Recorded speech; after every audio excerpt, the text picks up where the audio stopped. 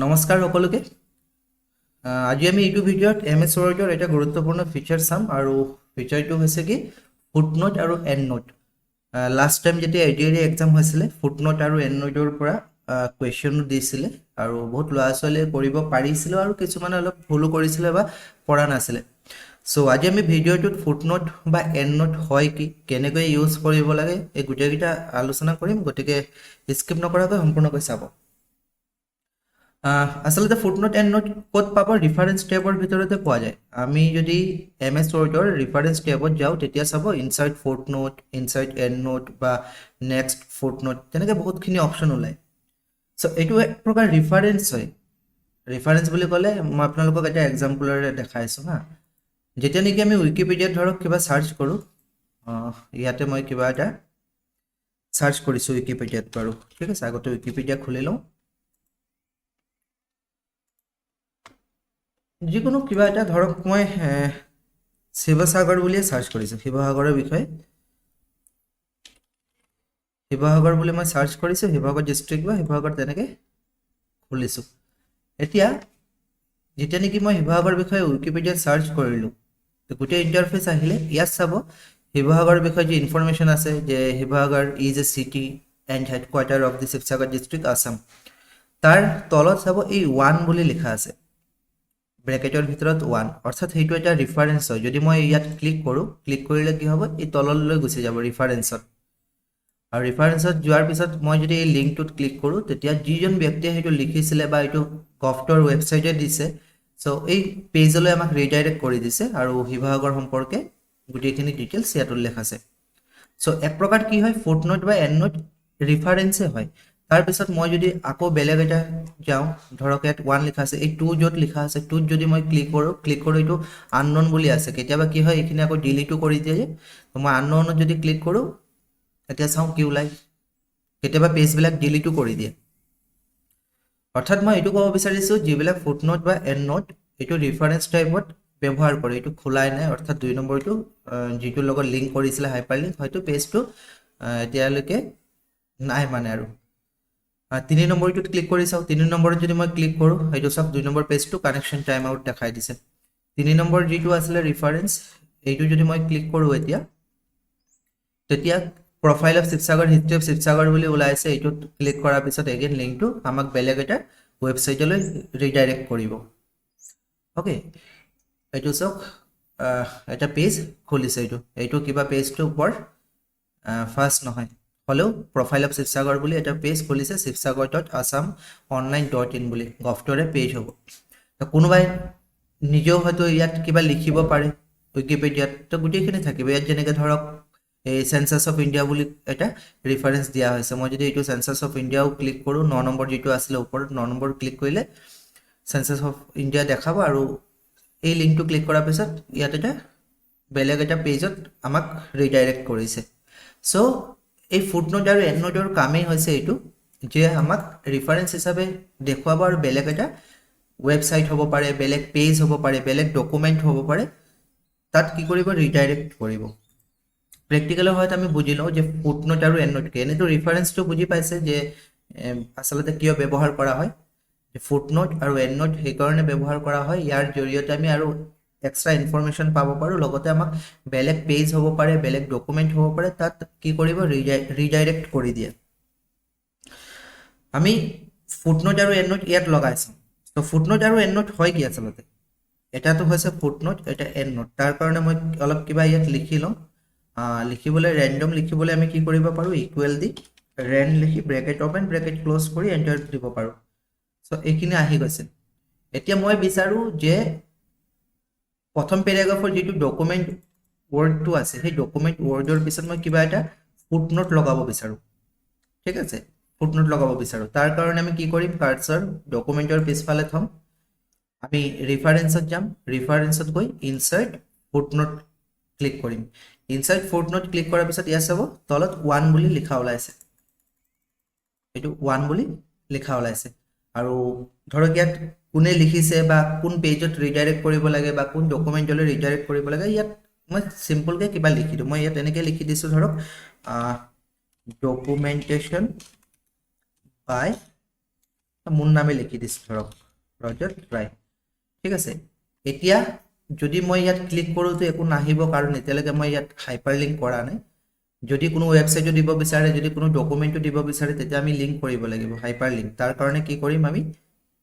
যেটো ৰজত ৰায় আছে এটো সিলেক্ট কৰিম ইনসাৰ্টত যাম ইনসাৰ্টত গৈ লিংকত ক্লিক কৰিম লিংকত ক্লিক কৰাৰ পিছত ইয়াত মই যিখিনি ডকুমেণ্টছ তাত সেভ কৰি থৈছিলো ফোল্ডাৰত দেখাই দিছে ইয়াৰ পৰা এটা সিলেক্ট কৰি লওঁ ধৰক এইটো ডকুমেন্টেশন অফ ৰজত ৰায় বুলি আছে এইটো সিলেক্ট কৰিলো সিলেক্ট কৰাৰ পিছত এতিয়া যেতিয়া নেকি মই প্ৰথম ডকুমেন্টৰ পিছত যেটো ফুটনোট লগাইছিলো এই ফুটনোটটোত যদি মই মাউস কাৰ্সৰ নিউ তেতিয়া দেখাব চাব ডকুমেন্টেশন বাই ৰজত ৰায় বুলি ইয়াত যদি মই ক্লিক কৰো ডাবল ক্লিক তেতিয়া তলত আহি যাব তলত অহাৰ পিছত যেটো নেকি ৰজত ৰায় আছে হেতু কি কৰা আছে আন্ডাৰলাইন কৰা আছে অৰ্থাৎ ইয়াৰ লগত লিংক কৰা আছে এইকাৰণে কালাৰটো চেঞ্জ হৈ গ'ল আৰু লগতে আন্ডাৰলাইন মই কন্ট্ৰোল প্ৰেছ কৰি যদি ইয়াৰ ওপৰত ক্লিক কৰো মোৰ নামটোৰ ওপৰত তেতিয়া যেটো ডকুমেন্ট আছিল হেতু খুলি গৈছে এই ডকুমেন্টটো ইয়াত খুলি গৈছে তো এইটো হৈছে ফুটনোটৰ কাম মানে এক্সট্ৰা ইনফৰমেশন যদি আমাক বিচাৰে বা যদি কোনো ৰেফাৰেন্স এড কৰিব লগা হয় যে এই তথ্যখিনি মই ক'ৰ পৰা পাইছো এই তথ্য কিমান ৰিলায়েবল হয় তাৰ অথেন্টিকেশন আছে নে নাই তাৰ কাৰণে যদি মই গভ ৱেবছাইটৰ পৰা লৈছো তেতিয়ালে গভ ৱেবছাইটৰ লিংক লগাই দিব পাৰো যদি মই কাৰোবাৰ লিখনি বা আৰ্টিকুলৰ পৰা লৈছো তাতো মই লিংক লগাই দিব পাৰো অৰ্থাৎ এইটো এটা প্ৰুফ হিচাপে আমি ব্যৱহাৰ কৰিব পাৰো যে কোনটো ৰেফাৰেন্সৰ পৰা আমি হেতু কালেক্ট কৰিছো কোনটো সোৰ্সৰ পৰা আমি এটো কালেক্ট কৰিছো ওকে সো এটা ফুটনোট আৰু এন্ডনোট টু ডিফাৰেন্স কি ফুটনোট টু হৈছে যে এটা পেজৰ তলত আহিব এটো ধৰক মই ইয়াত সিঙ্গেল পেজত কাম কৰিছো সিঙ্গেল পেজৰ এই তলত এড হৈছে ইয়াত দেখিছে নহয় এই তলত এড হৈছে যত কাৰ্সৰটো মই ঘূৰাই আছো এই তলত এড হৈছে ফুটনোট আৰু এন্ডনোট কি হ'ব ওভাৰঅল গোটেই ডকুমেন্টৰ হেকত এড হ'ব ইয়াতটো এটাই পেজ আছে মই যদি আৰু ইয়াত কিবা লিখি লওঁ বেসিকে মই আকৌ RAND bracket open bracket close দি লিখি লৈছো আকৌ মই RAND bracket open bracket close লিখি লৈছো এতিয়া ইয়াত কেইটা পেজ আছে টোটাল যদি মই চেক কৰো তেতিয়া হলে কিমান পেজ হল তলত দেখাই দিছে 2 of 2 অৰ্থাৎ দুটা পেজ হল আৰু লৈ লওঁ হা ইকুৱেল দিলো RAND bracket open bracket close আকৌ equal RAND bracket open bracket close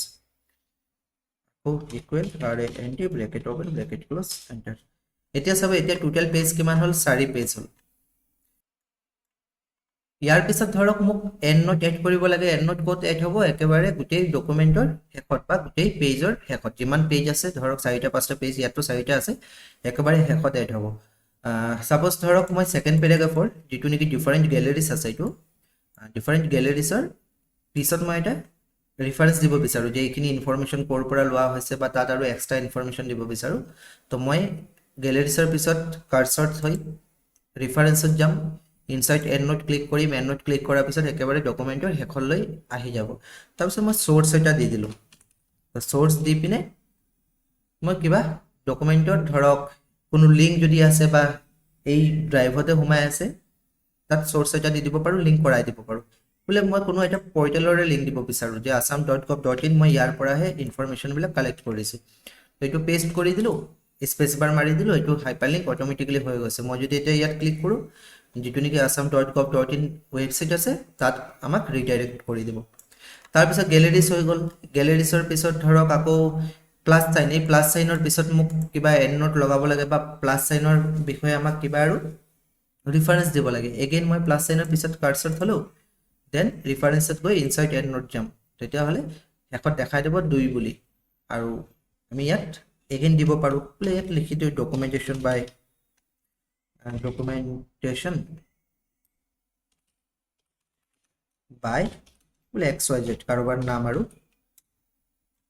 ঠিক আছে সো এনেকৈ আমি এন্ডনোট এড কৰি গৈ থাকিব পাৰো আৰু মই কিমান ফুটনোট বা কিমান এন্ডনোট এড কৰিছো হেতু যদি চাবলগীয়া হয় তেতিয়া হলে শো নোটছত ক্লিক কৰিব পাৰো শো নোটছত যদি ক্লিক কৰো তেতিয়া হলে অটোমেটিক্যালি ইয়াত দেখাই দিব যে ক'ত ক'ত আছে ঠিক আছে এইটো শো নোটস যদি ক্লিক কৰা হয় তেতিয়া হলে view footnote area view endnote area বুলি দেখাব তো ভিউ ফুটনোট এৰিয়া যদি মই ক্লিক কৰো ওকে কৰাৰ লগে লগে ইয়াত যে ফুটনোট আছে তালৈ নিজে নিজে গুচি গল আকৌ শো নোটছত ক্লিক কৰো ক্লিক কৰাৰ পিছত ভিউ যদি এন্ডনোট এৰিয়া কৰোঁ অ'কে কৰোঁ তেতিয়া দেখাই দিছে যে কেইটা আছে দুটা আছে বা এণ্ড নোট এৰিয়া লৈ আমাক লৈ যাব চ' এইটো হৈছে ফুটনোট আৰু এণ্ড নোটৰ কাম এটা আমি প্ৰেক্টিকেল কুৱেশ্যন চাওঁ হা কুৱেশ্যনটো আছে ইয়াত ক'ত আছে কুৱেশ্যনটো চাই লৈছোঁ ৰ'ব অ'কে যদি কোনোবাই আৰু প্ৰেক্টিছৰ কাৰণে টেষ্ট ল'ব বিচাৰে প্ৰেক্টিছ ছেট তেতিয়াহ'লে আমাৰ এপত উপলব্ধ আছে বা এইটো কিউ আৰত যদি পে' কৰে তেতিয়াহ'লে দি দিয়া হ'ব অভাৰঅল 30 + 30 + 30 90টা প্ৰেক্টিছ ছেট পাব টাইপিং টেষ্টৰ 30 দিনৰ কাৰণে 30টা এতিয়াতো এক্সাম আহি গৈছে হ'লেও যদি একেদিনা 3টা 4টাকৈ টাইপিং কৰিব পাৰে পেৰাগ্ৰাফবিলাক আৰু একেদিনা যদি 4-5টাকৈও MS Word Excel কমপ্লিট কৰিব পাৰে তেতিয়াহ'লে যি এসপ্তাহ আছে আমাৰ হাতত এসপ্তাহৰ আগত কিন্তু গোটেইকেইটা কমপ্লিট হৈ যাব কৰি পিনে আৰু এই গোটেইকেইটা কোৰ্ছ এনেকুৱা ডিজাইন কৰা হৈছে ADR এক্সামত বা জে এক্সামত যেনেকুৱা ধৰণৰ প্ৰেক্টিকেল কুৱেশ্যনবিলাক আহে সেই কুৱেশ্যনবিলাক চাই পিনে ডিজাইন কৰা হৈছে চ' এইটো এটা ভাল আপোনালোকৰ কাৰণে চ'ৰ্চ হ'ব পাৰে প্ৰেক্টিছ কৰিবলৈ আৰু নিজৰ পাৰফৰ্মেঞ্চ বুষ্ট কৰিবলৈ অ'কে মই প্ৰেক্টিকেল কুৱেশ্যনটোত চাই লওঁ ইয়াত কেইবাটাও আছে কুৱেশ্যন মই যিকোনো এটা কৰিম 3টা কুৱেশ্যন আছে আৰু আপোনালোকে যদি কুৱেশ্যন কেইটা লাগে তেতিয়াহ'লে টেলিগ্ৰাম চেনেলৰ পৰা লৈ ল'ব পাৰিব টেলিগ্ৰাম চেনেল লিংক দিয়া আছে ডেছক্ৰিপশ্যনত বা R18 বুলি সাৰ্চ কৰিলে পাই যাব ঠিক আছে R18 বুলি সাৰ্চ কৰিলে পাই যাব তাৰ পৰা কুৱেশ্যন কেইটা লৈ ল'ব পাৰিব ডেছক্ৰিপশ্যনত মই লিংক লগাই দিম বাৰু তো এইটো কুৱেশ্যন মই গোটেইকেইটা কপি কৰি লৈছোঁ আৰু মই টাইপ নকৰোঁ হা অকল ফুটনোট আৰু এণ্ড নোট কেনেকৈনো এড কৰে সেইটোৱে দেখুৱাম নতুন ডকুমেণ্ট এটা লৈ লওঁ নতুন ডকুমেণ্ট নালাগে এইটোৱে ধৰক ডিলিট কৰি দিওঁ গোটেইকেইটা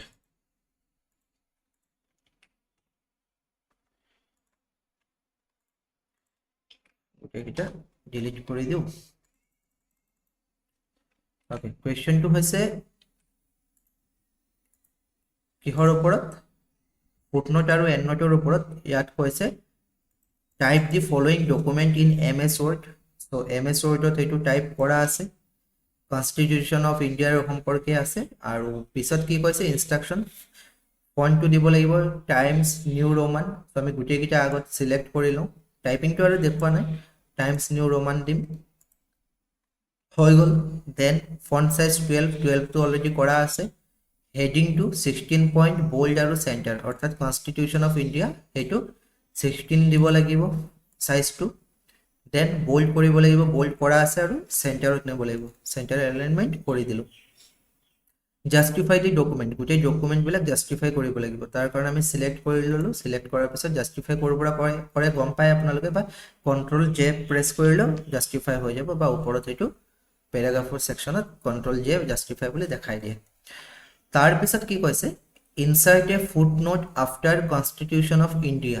এটা ফুটনোট এড কৰিব কৈছে কনষ্টিটিউশ্যন অফ ইণ্ডিয়াৰ পিছত আৰু ফুটনোটত লিখিব লাগিব দি constitution of India came in two force on 26 জানুৱাৰী 1950 এইটো মই কপি কৰি লৈছোঁ আপোনালোকেতো টাইপ কৰিব লাগিব তো কনষ্টিটিউশ্যন অফ ইণ্ডিয়াৰ পিছত এটা ফুটনোট এড কৰিব কৈছে কনষ্টিটিউশ্যন অফ ইণ্ডিয়া যিটো ওপৰত হেডিং আছে হেডিঙতো পাৰি বা তলত যিটো আছে প্ৰথম পেৰাগ্ৰাফটো যেতিয়া আৰম্ভ হৈছিলে কনষ্টিটিউশ্যন অফ ইণ্ডিয়া